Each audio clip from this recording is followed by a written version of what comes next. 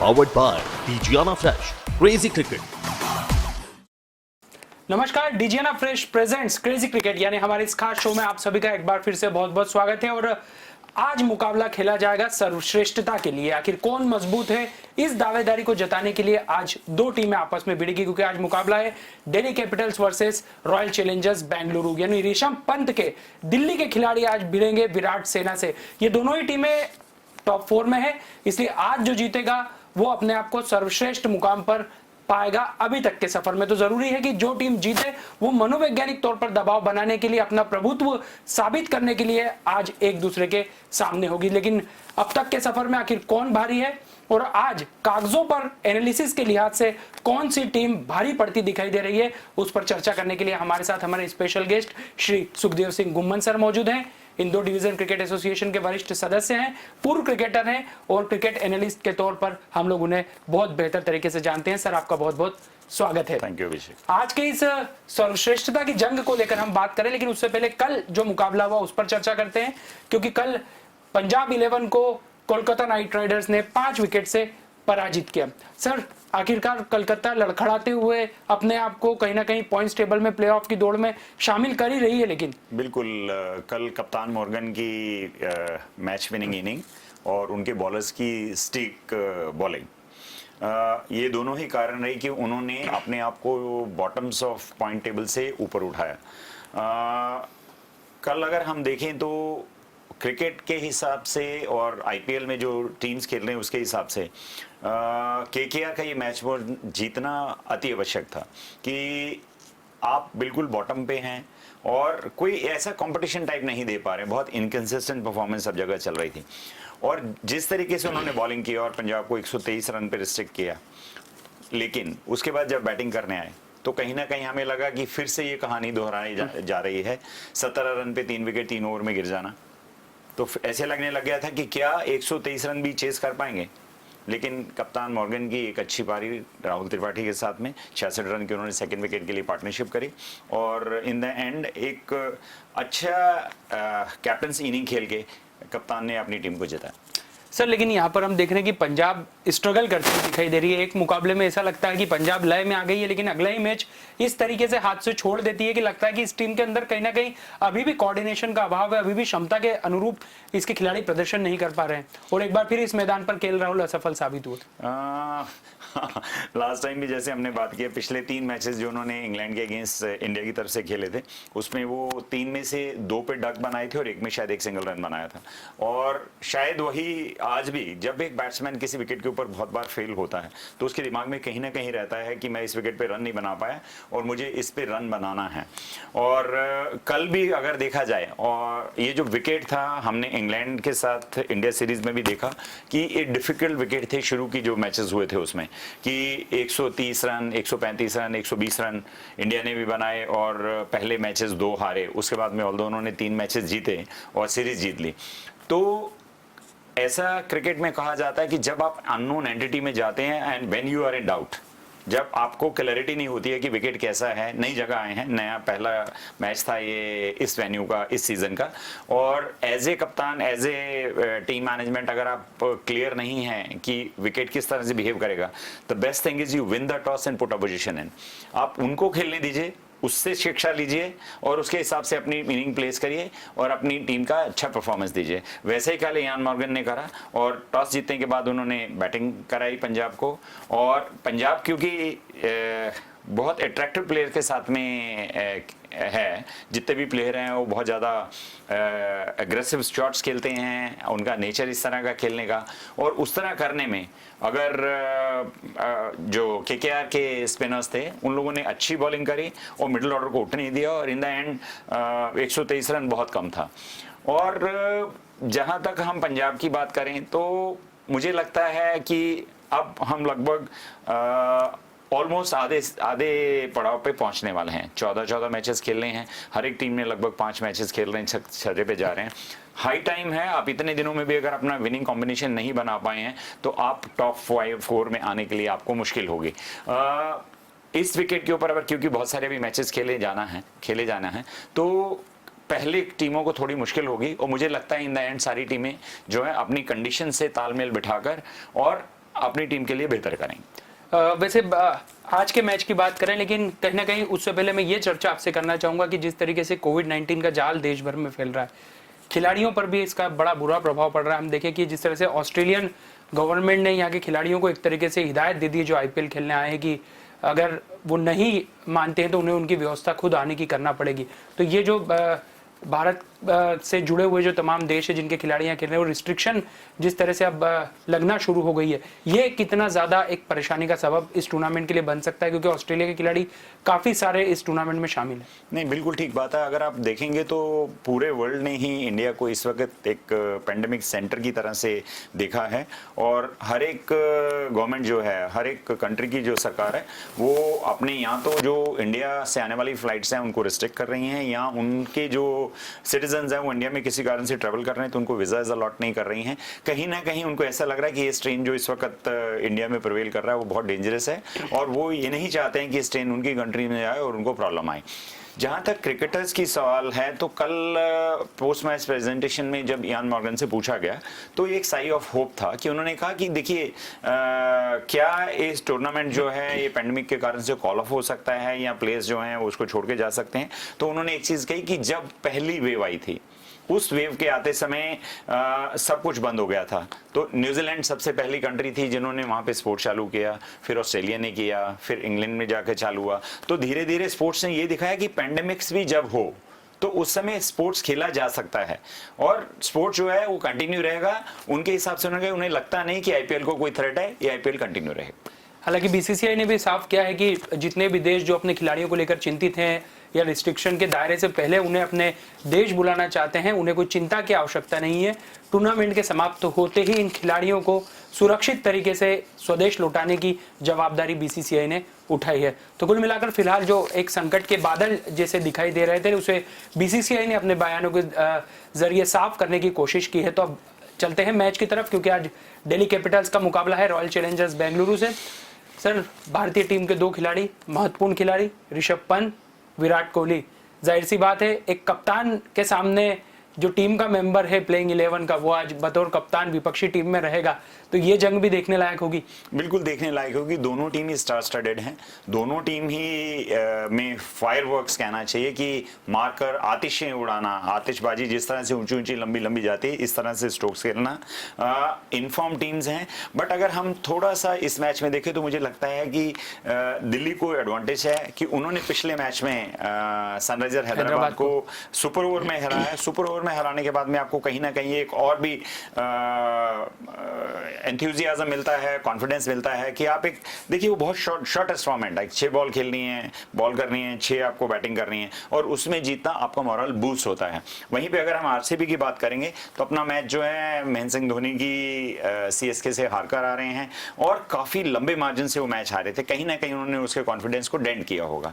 पर अगर मैं इस ग्राउंड के ऊपर एक्सपीरियंस की बात करूं तो विराट कोहली ने 4 मैचेस 2020 खेले हैं इंग्लैंड के अगेंस्ट, 5 मैचेस रादर। उन मैचेस में वहां हमने देखा कि उनको उस विकेट का एक्सपीरियंस है कि पहले 120 रन बने, फिर उन्होंने जबकि वहां पे ऐसा हो रहा था कि आप पहले बैटिंग करते समय रन नहीं बना पा रहे थे, उन मैचेस में बिल्कुल ऐसा हुआ था, बैटिंग सेकंड इजीली जीत रहे थे।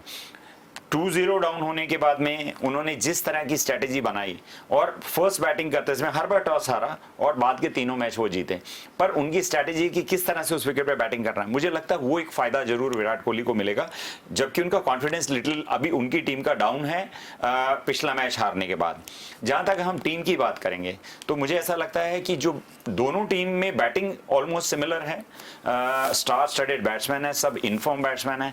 बॉलिंग की बात करें तो मुझे लगता है कहीं 19-21 का डिफेंस जो है वो दिल्ली के फेवर में है, और आज मुझे लग रहा है कि वो इस विकेट के ऊपर अनुज नोकिया को भी खिलाएंगे, जो एक बहुत बड़ा एसेट इसमें हो सकते हैं। जहां तक हम बॉलिंग और बैटिंग की बात करें तो शिखर धवन जो है हाईएस्ट रन स्कोरर हैं इस टूर्नामेंट के, और उसके अगेंस्ट अगर बात करें तो हर्षल पटेल जो है वो हाईएस्ट विकेट टेकर हैं। एक तरफ सबसे ज्यादा विकेट लेने वाला गेंदबाज है तो दूसरी तरफ सबसे ज्यादा रन स्कोर करने वाला बैट्समैन है। दोनों ही अगर ओपनिंग पेयर की हम बात करेंगे तो दोनों बहुत अट्रैक्टिव ओपनिंग पेयर हैं। एक तरफ कप्तान कोहली हैं, देवदत्त पडिक्कर हैं, दोनों एक मैच में 181 रन नॉट आउट बना चुके हैं। उधर हम बात करें तो शिखर धवन हैं जो अपनी फॉर्म ऑफ लाइफ में हैं, पृथ्वी शॉ हैं जो एफर्टलेस खेलते हैं, स्ट्राइक रेट लगभग 160 के आसपास है उनका, बहुत फ्लुएंट खेलते हैं। तो हर लेवल पे अगर हम बात करेंगे, स्पिनर्स की हम बात करेंगे तो उधर अमित मिश्रा हैं, अक्षर पटेल हैं, और इधर हम बात करेंगे तो आपके पास युजवेंद्र चहल हैं और एक स्पिनर हैं। बट हर लेवल में लगभग एक जैसा लग रहा है। कहीं ना कहीं थोड़ा सा मुझे ऐसा लगता है कि अगर हम एबीडी की बात करें, एबी डिविलियर्स वो बहुत डिवास्टेटिंग बैट्समैन है, पर दिल्ली को एक एडवांटेज है आंकड़ों के बेस के ऊपर कि वो अक्षर पटेल के अगेंस्ट बहुत अच्छा 2020 में आज तक नहीं खेले हैं।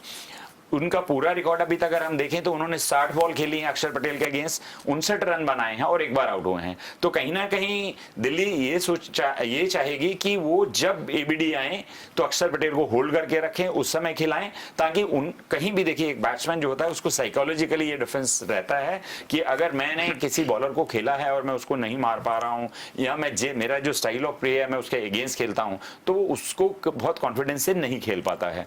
जहां तक टीम सिलेक्शन की हम बात करें तो दोनों टीम में प्रॉब्लम्स हैं कि केन रिचर्डसन और एडम जंपा, केन रिचर्डसन फास्ट बॉलर हैं, एडम जंपा लेग स्पिनर हैं, दोनों ही आरसीबी की तरफ से छोड़ के जा चुके हैं। और हम दिल्ली की बात करें तो रविचंद्र अश्विन जो है वो चेन्नई में रुक गए हैं क्योंकि उनकी फैमिली कोविड से फाइट कर रही है, वो उनको सपोर्ट करना चाहते थे, वो नहीं आए हैं। पिछले मैच में अगर हम मैच प्रेजेंटेशन में देखें तो दिल्ली की तरफ से ऋषभ पंत प्रेजेंटेशन में नहीं आए थे, ऑल्दो उन्होंने दोनों इनिंग मेन मैच में और सुपर ओवर में बैटिंग अच्छी करी थी, पर वो इल होने के कारण से वो मैच प्रेजेंटेशन में नहीं आए थे। तो ये देखना होगा कि क्या वो उससे रिकवरी कर चुके हैं, क्या वो खेलेंगे। अगर वो आज नहीं खेलते हैं तो दिल्ली के लिए एक बहुत बड़ा सेटबैक होगा। लेकिन यहाँ पर एक तकलीफ अगर बात की जाए विराट कोहली के लिए तो वो है रबाडा के सामने भी विराट कोहली का बल्ला अब तक चल नहीं पाया, तो ये कितनी बड़ी चुनौती होगी। और दूसरी तरफ आर अश्विन यदि टीम में नहीं है तो यहाँ अक्षर पटेल और अमित मिश्रा के कंधे पर कितनी बड़ी जवाबदारी होगी। देखिए मैं अगर 2020 की बात करें तो ये छोटा फॉर्मेट है और एक बॉलर को 4 ओवर ही करने हैं। और जहां तक अगर हम दोनों प्लेयर के बीच में आर अश्विन और अक्षर पटेल के बीच में देखें तो 2020 फॉर्मेट में मुझे ऐसा लगता है कि अक्षर पटेल जो हैं वो बेटर चॉइस है as compare to R Ashwin. Axar Patel batting बहुत अच्छी करते हैं, फील्डर अच्छे हैं और बहुत माइजर हैं। अगर उनकी इकोनॉमी आप उठा के देखेंगे तो इकोनॉमी रेट उनका बहुत कम है। तो मुझे लगता है कि आर अश्विन के बाहर रहने से, ये मैच ना खेलने से दिल्ली को कोई बहुत ज्यादा डिफेंस नहीं होने वाला है। जहां तक आपने रबाडा की बात करी तो रबाडा एक इंटरनेशनल स्टार हैं, साउथ अफ्रीका से खेलते हैं।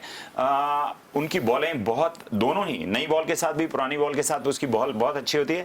बट अनफॉर्चुनेटली अगर हम इस सीजन में देखें तो वो कोई खास अपनी टीम के लिए रबाडा नहीं कर पाए। उन्होंने सारे मैचेस खेले हैं, इकोनॉमी रेट भी उनकी हाई है।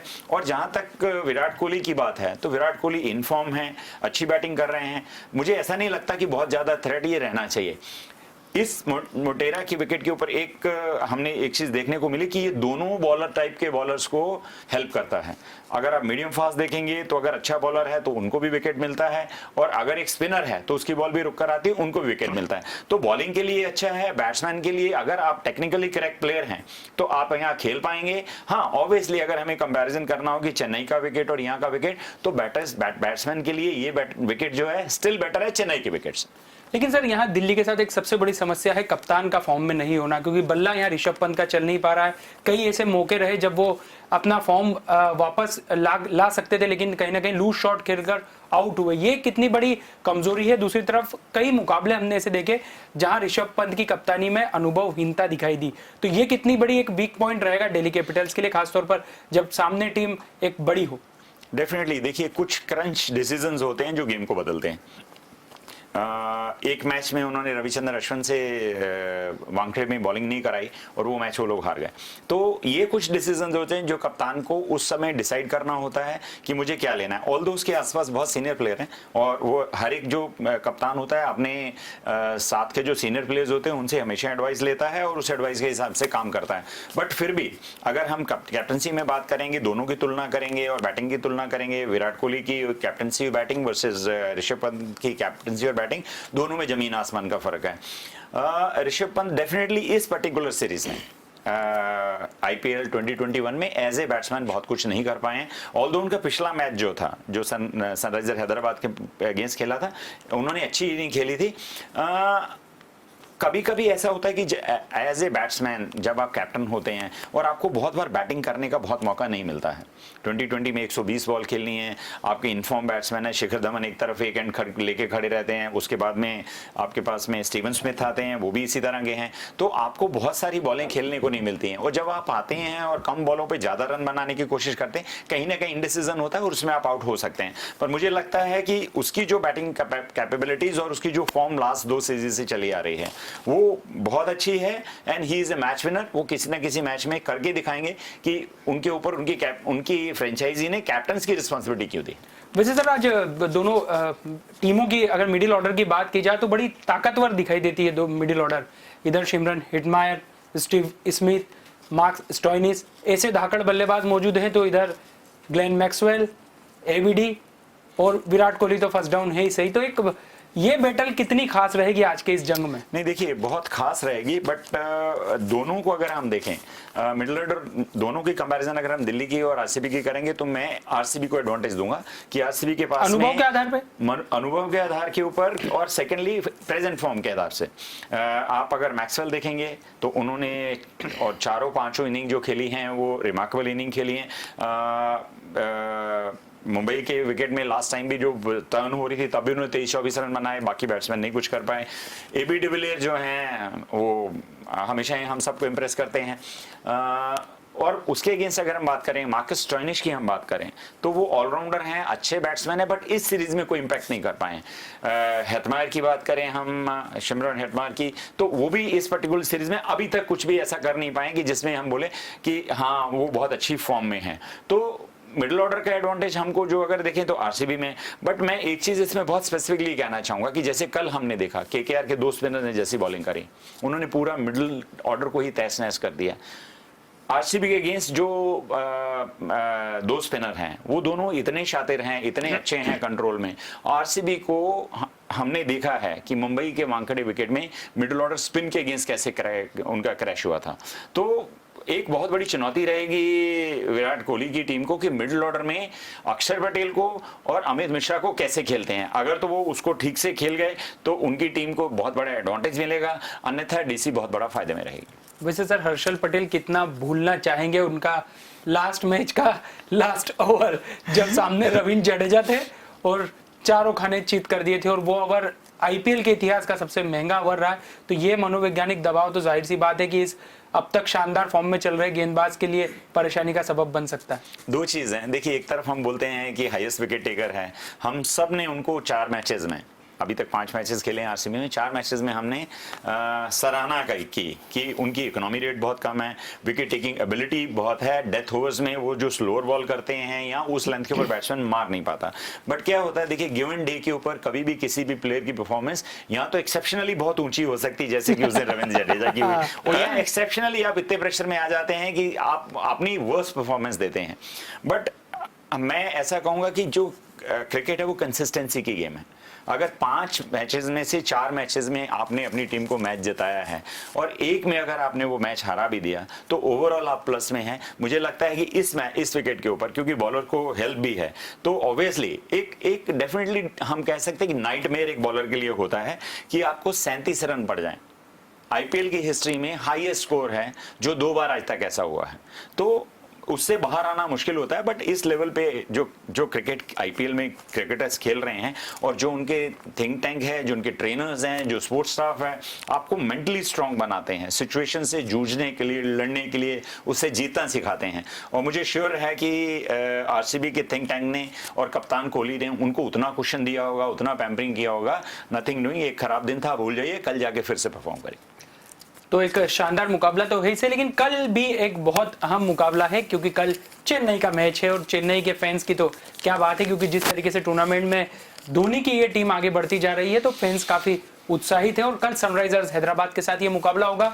पिछले मुकाबले में चेन्नई ने जिस तरीके से विराट कोहली यानी आरसीबी को एक बड़े रनों के अंतर से हराया था, तो जाहिर सी बात है कि यहाँ धोनी की टीम भारी पड़ती दिखाई दे रही है, जबकि सनराइजर्स हैदराबाद सुपर ओवर में दिल्ली के हाथों ही पराजय का सामना कर चुकी है। तो ऐसे में यहाँ एक बार फिर धोनी के सामने मौका है जब बेहतर प्रदर्शन के बल पर एक और जीत दर्ज की जाए। सर, कल के मुकाबले में जाहिर सी बात है दबाव में रहेगी सनराइजर्स हैदराबाद। देखिए, दो टीम है, एक टॉप में है और एक बॉटम में है, और दोनों के बीच में अभी जो क्रिकेट का डिफरेंस ही देखने में आ रहा है कि धोनी की कैप्टनसी में उनकी जो टीम परफॉर्म कर रही है, जबकि हम देखें कि मिडिल ऑर्डर में उनके कुछ बैट्समैन हैं जो क्लिक बिल्कुल नहीं कर रहे हैं।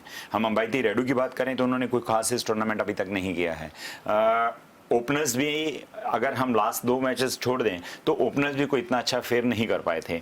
देवेन ब्रावो की बात करें तो बैटिंग में वो कुछ नहीं कर पाए और ना ही खास कुछ उन्होंने बॉलिंग में भी किया है।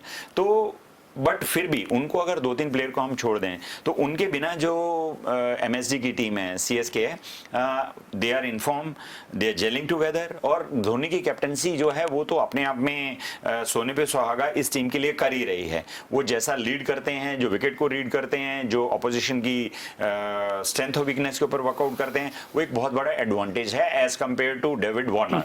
डेविड वार्नर जो है उनकी टीम से स्ट्रगल कर रहे हैं, मिडिल ऑर्डर क्लिक नहीं कर रहा है। किसी भी टीम का मिडिल ऑर्डर जो है वो बैकबोन है कि आप जब भी 1-2 विकेट खोएंगे तो आपको वहीं से वही बैट्समैन है जो जिताते हैं या अपनी टीम के लिए बिल्डअप करते हैं। बट अनफॉर्चुनेटली हम पिछले सारे मैचेस में देखें तो एक young middle order, brittle middle order, hard hitting middle order fail हुआ है। हाँ, केन विलियमसन को जैसे उन्होंने ड्राफ्ट किया, वापस लेकर आए, तो आप देखिए पिछला मैच भी जो था वो टाई हुआ। तो कहीं ना कहीं हम देख रहे हैं कि जो चेंजेस अब सनराइजर हैदराबाद ने की है, अनफॉर्चुनेटली भुवनेश्वर कुमार जो है वो इंजर्ड हैं, वो नहीं खेल पा रहे हैं। तो ऐसा एक स्टार बॉलर भी मिस करना और फिर कहीं ना कहीं बैटिंग फॉर्म से जूझना, तो डेविड वार्नर के लिए एक बहुत बड़ी चुनौती होगी कि वो किस तरह से एमएसडी की टीम को फेस करेंगे और जीतने की कोशिश करेंगे। वैसे सर, मैं ये मानता हूँ कि एमएसडी टीम की पूरी टीम तो बाद में, सबसे पहले तो सनराइजर्स हैदराबाद के सामने तलवारबाज रविंद्र जडेजा सबसे बड़ी चुनौती, जिस तरीके से फॉर्म में दिखाई दे रहे हैं इस पूरा टूर्नामेंट में, यहाँ पर कितनी निगाहें रहेंगी इस खिलाड़ी के ऊपर? बिल्कुल, देखिए वो मैच विनर हैं और अभी तक जो भी चेन्नई की परफॉर्मेंस हम बोल रहे हैं कि 1 मैच उन्होंने हारा है, 4 मैच उन्होंने जीते हैं, तो उसके पीछे कहीं ना कहीं बड़ा हाथ जो है रविंद्र जडेजा का ऑलराउंड परफॉर्मेंस का है। वो रन आउट करते हैं, वो कैचेस लेते हैं, वो रन बनाते हैं, वो विकेट लेते हैं। आप देखेंगे तो मोस्ट ऑफ द टाइम अगर चेन्नई की आप कोई हाईलाइट्स उठा के देख ली अभी तक सारे मैचेस की, तो आपको लगेगा कि 30-40% अगर उन हाइलाइट्स में कोई विजिबल है तो रविंद्र जडेजा है। He is into his form of life time. वो अच्छे ऑलराउंडर हैं, बट इस समय जो कर रहे हैं वो एक अद्भुत खेल दिखा रहे हैं और उसी का फायदा है कि सीएसके जो है कल का मैच जीत के अंक तालिका में सबसे ऊपर जाना चाहिए। अब सर, हमारे स्टूडियो मुकाबले की बात कर लेते हैं। आपको आज कौन सी टीम ज्यादा बेहतर दिखाई देती है परफॉर्मेंस के लिहाज से, सभी दृष्टिकोण के लिहाज से? मैंने सिर्फ दो एक चीज़ों का मेजर सोचा है। एक कि डीसी पिछला मैच जीत कर आ रही है। सेकंड, आरसीबी का मिडिल ऑर्डर जो है ससेप्टेबल है स्पिन के अगेंस्ट। और बॉलिंग की अगर हम बात करें तो मुझे बॉलिंग में डीसी में थोड़ा सा एडवांटेज दिखता है, इसलिए मुझे लगता है दिल्ली जो है वो एक अच्छी टीम है इस मैच के प्लेयर कॉम्बिनेशन के हिसाब से। आज सर, मैं आपसे एक खास आग्रह भी करूंगा कि हमारे तमाम दर्शकों को इस पेंडेमिक सिचुएशन में आपकी तरफ से क्या खास संदेश देना चाहेंगे? पूरा विश्व इस महामारी से जूझ रहा है। हम आप सबसे ये आग्रह करेंगे कि आप कम से कम घर से निकलें, जब अति आवश्यक हो तो घर से जाएं, आप डबल मास्क पहनें, सोशल डिस्टेंसिंग मेंटेन करें, जब भी कभी आप किसी जगह पे टच करते हैं तो आप सैनिटाइजर का इस्तेमाल करें और अच्छा खाना खाएं, स्वस्थ रहें। वैसी जगह पे ना जाएं जहां आपको 2 या 2 से अधिक इंसान दिखते हों। आप अगर खुद स्वस्थ रहेंगे तो अपने परिवार को स्वस्थ रख पाएंगे, परिवार स्वस्थ रहेगा तो हमारी सोसाइटी, हमारा देश स्वस्थ रहेगा। अपना ध्यान रखिए, ख्याल रखिए। हमेशा दिन, जो भी दिन आता है वो अच्छा दिन हो या खराब दिन हो, उसको जाना होता है। जब अच्छे दिन नहीं रुके तो खराब दिन भी नहीं रुकेंगे और हम जल्द से जल्द इस पैंडेमिक से बाहर आएंगे। जल्द से जल्द हम इस सिचुएशन से बाहर आएंगे और वैसे भी हम भारतीय कहीं ना कहीं कई चुनौतीपूर्ण दौर को एक बेहतर तरीके से गुजार चुके हैं और उसके बाद फिर हम लय पकड़ लेते हैं बेहतर भविष्य की तरफ। तो एक उम्मीद है, लेकिन जरूरी है कि इस उम्मीद को कायम रखने के लिए अतिरिक्त सतर्कता बरती जाए। इसके साथ ही एक खास बात भी हम जोड़ना चाहेंगे कि यदि आप में से किसी को भी कोविड के शुरुआती लक्षण दिखाई दिए तो आप तत्काल जाकर अपना टेस्ट करवाएं, क्योंकि अगर शुरुआती लक्षण में टेस्ट करने के बाद पता लग जाता है कि हम संक्रमित हैं तो उसका बहुत ही शुरुआती दौर में इलाज हो जाता है और ऐसे में अस्पताल जाने की नौबत नहीं आती है। जीवन रक्षक दवाएं कहीं ना कहीं जिनके लिए संघर्ष हम देख रहे हैं उनकी बहुत ज़्यादा आवश्यकता नहीं पड़ती है और होम आइसोलेशन की मदद से 10 या 12 दिन में इस बीमारी को मात दी जा सकती है। तो ये सबसे बड़ा कारगर उपाय है कि समय रहते टेस्ट करवा लें, शुरुआती लक्षणों को पकड़ लें तो निश्चित तौर पर पूरे कोरोना और इसके सभी वायरस हमारी गिरफ्त में आएंगे, जिसके आधार पर हम इस जंग में विजेता बनकर उभरेंगे। तो ये महत्वपूर्ण पहलू है और हमें उम्मीद है कि इंदौर की जागरूक जनता इसका परिचय जरूर देगी। तो फिलहाल हमारी इस खास पेशकश में इतना ही। कल फिर मुलाकात होती है क्योंकि कल मुकाबला है चेन्नई का हैदराबाद से। तो तब तक के लिए इजाजत दीजिए। डीजीआना न्यूज पर खबरों का सिलसिला जारी है, फिर मिलते हैं कल। तब तक के लिए नमस्कार।